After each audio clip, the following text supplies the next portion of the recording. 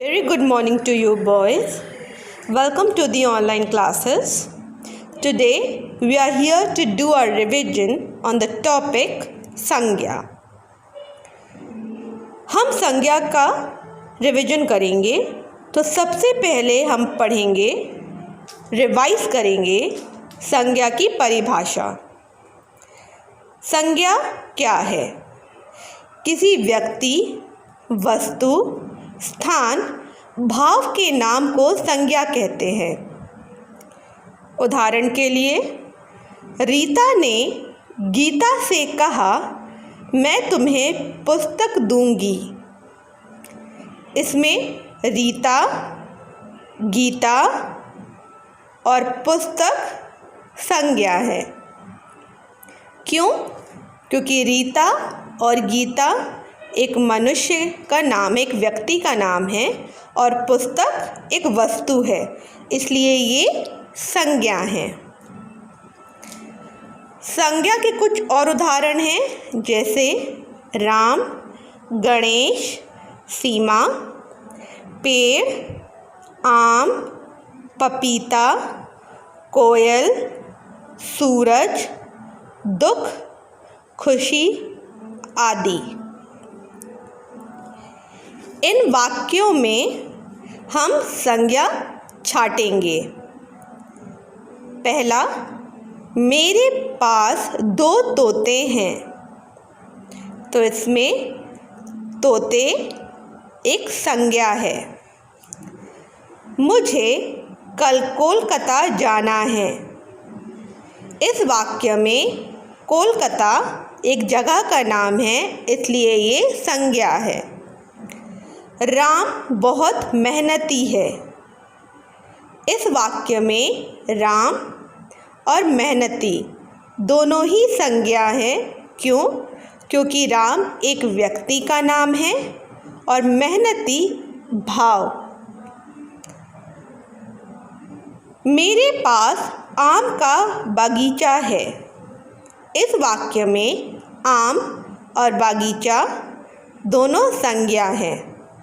आम एक फल है, एक वस्तु के अंतर्गत आता है, और बगीचा एक जगह है, तो ये भी संज्ञा है. कल हम चलकर घर गए. इस वाक्य में घर एक संज्ञा है, एक जगह है. रोहन और सोहन अच्छे दोस्त हैं. इसमें रोहन और सोहन संज्ञा के अंतर्गत आता है, क्योंकि ये व्यक्तियों के नाम हैं. शेर ने चूहे को मार डाला. इस वाक्य में शेर और चूहे दोनों ही क्या हैं? पशु के नाम हैं, इसलिए ये भी संज्ञा है. क्या तुम कल मेरे साथ स्कूल चलोगे? स्कूल एक जगह है, स्थान का नाम है, इसलिए भी क्या हो गया? संज्ञा. तो बच्चों, ये थे कुछ संज्ञा के अभ्यास. अब हम आगे पढ़ेंगे संज्ञा के भेद. संज्ञा के कितने भेद हैं? संज्ञा के 3 भेद हैं. व्यक्तिवाचक संज्ञा, जिसे हम इंग्लिश में बोलते हैं प्रॉपर नाउन. जातिवाचक संज्ञा, जिसे हम इंग्लिश में बोलते हैं कॉमन नाउन. और भाववाचक संज्ञा, जिसे इंग्लिश में बोला जाता है एब्स्ट्रैक्ट नाउन. व्यक्तिवाचक संज्ञा के उदाहरण क्या हैं? मुकेश, गुलाब, कमल, देहरादून. इन्हें हम व्यक्तिवाचक इसलिए कह रहे हैं क्योंकि इनका प्रॉपर नाम है, जिन्हें हम व्यक्तिवाचक संज्ञा कहते हैं. जिन्हें हम नाम से पुकार सकें वो व्यक्तिवाचक होते हैं. चाहे वो व्यक्ति हो या कोई चीज़ हो, अगर उसका एक प्रॉपर नाम है तो वो व्यक्तिवाचक है. जातिवाचक संज्ञा क्या है? पेड़, गाय, पहाड़, पक्षी. ये जातिवाचक के अंतर्गत आते हैं, क्योंकि पेड़ तो कोई भी हो सकता है, हम कोई भी पेड़ के बारे में बात कर सकते हैं। अगर हम गाय बोलते हैं तो हम किसी भी गाय के बारे में बात कर रहे हैं। हमारे भारत में अलग अलग पहाड़ हैं, तो और भी जगह पहाड़ हैं, मतलब ये एक जाति कॉमन है, हम कोई भी पहाड़ के बारे में बात कर सकते हैं। लेकिन अगर हम हिमालय के बारे में बात करते तो क्या हो जाता, हिमालय पर्वत नाम दिया गया है एक पर्वत को, तो वो व्यक्तिवाचक होता। लेकिन यहाँ सिर्फ पहाड़ बोला जा रहा है, इसलिए ये जातिवाचक है। पक्षी मतलब हम किसी भी पक्षी के बारे में बात कर रहे हैं, इनमें कोई भी पक्षी आ सकते हैं, इसलिए ये जातिवाचक है। अब भाववाचक।